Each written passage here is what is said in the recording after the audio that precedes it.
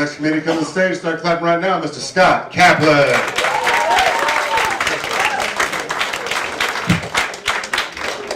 So I work with my father. It's a family business and we deliver cold cuts to delis and bodegas.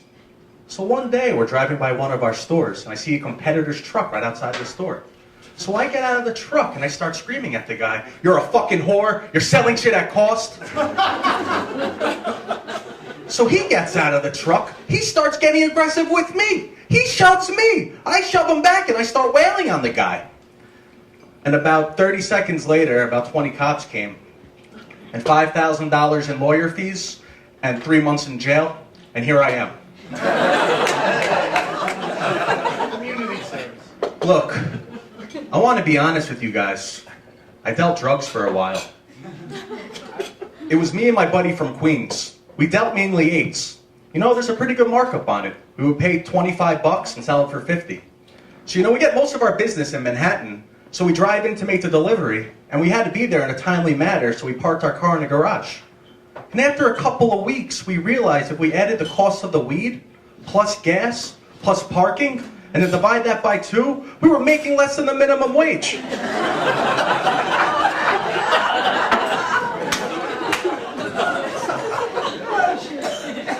I also got into the bong business. I can clearly see what the future is going to be with the legalization of weed, so I figured that these things will increase in value. So I went out and I bought 2 of them for $2,800. So I put it out on Instagram and I got a response from this guy and he said that this could clearly be a lucrative business. That he's bought bongs for like $10,000, that he's flipped for $30,000. And I said to him, "That's so exciting. I knew this was going to happen. How much do you think I can get for these 2? And he said, "The 2 you have are worthless." A lot of people, when they get to know me, are very surprised that I went to college.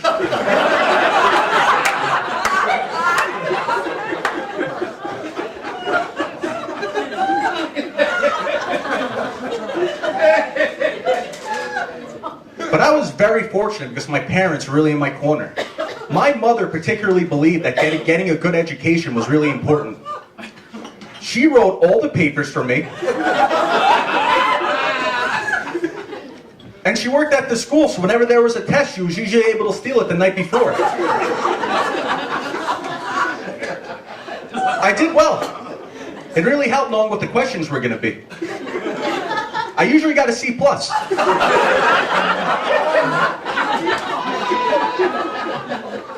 You know, if it wasn't for her, I never would have gotten into the University at Buffalo.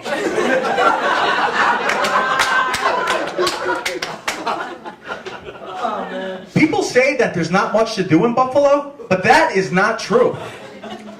Like this one night, me and this guy, we exchanged words at a bar, and I'm walking home and I see he and 4 of his friends standing outside the door to my building. So I go up to the guy and I said, "I don't think you're a nice guy." And then he said, "You're right, I'm not a nice guy," and he punched me in my head. And then the 4 of them started punching me in my head, hit this glass door, and I got a bloody nose.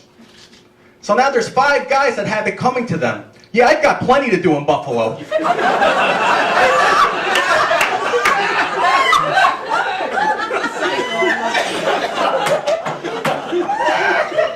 So when they kicked me out of the dorms, I asked the hall director why. And he said it was because I was playing the song, "Where in the World is Carmen Sandiego," too loud. And I said, "That's the reason you're throwing me out?" There were some other things. Something about me shopping in the basement in the laundry room. You know, I took some of the other guys' clothes out of the dryer. And I was selling fake IDs, and one kid went out one night with his fake ID and drank himself to death. So I kind of killed the guy. So I was babysitting for this kid.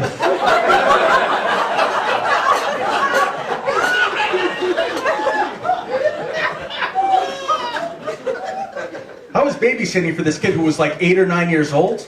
And the parents said to me, "While we're gone, help yourself to whatever's in the fridge." And I thought to myself, this is kind of a dangerous thing to say to a guy who's this stoned.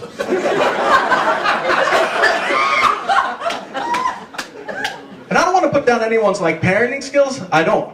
But this kid had problems. We're playing this game, Magic Cards, and this kid keeps getting all the good cards. And I'm getting sick of this. How is he ending up with all the good cards? So I started reaching over, taking some cards out of his hands, and the kid gets all upset. He says, "How come you're taking my cards?" I said, "Because you got all the good ones." He said, "You're shuffling the deck and dealing." And I was like, "What difference does that make, you little brat?" And then he said, "Fuck you," and called his parents. See what I mean? Language like that? And not only that, if I ever have a kid, he ain't gonna be like this kid. He ain't gonna be no goddamn snitch.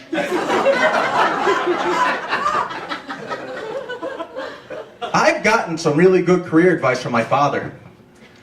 Our best stop on our delivery route, when I would bring in the inventory, the guy that would check in the inventory would touch my balls. And I knew this was our best store, so I let it go. And every time I went in there, this guy would touch my balls. So I walked into my dad's office one day and I said to him, "I understand that this is our best store, but should I allow this guy to touch my balls?" He said no. That was good advice. And thank you, everybody.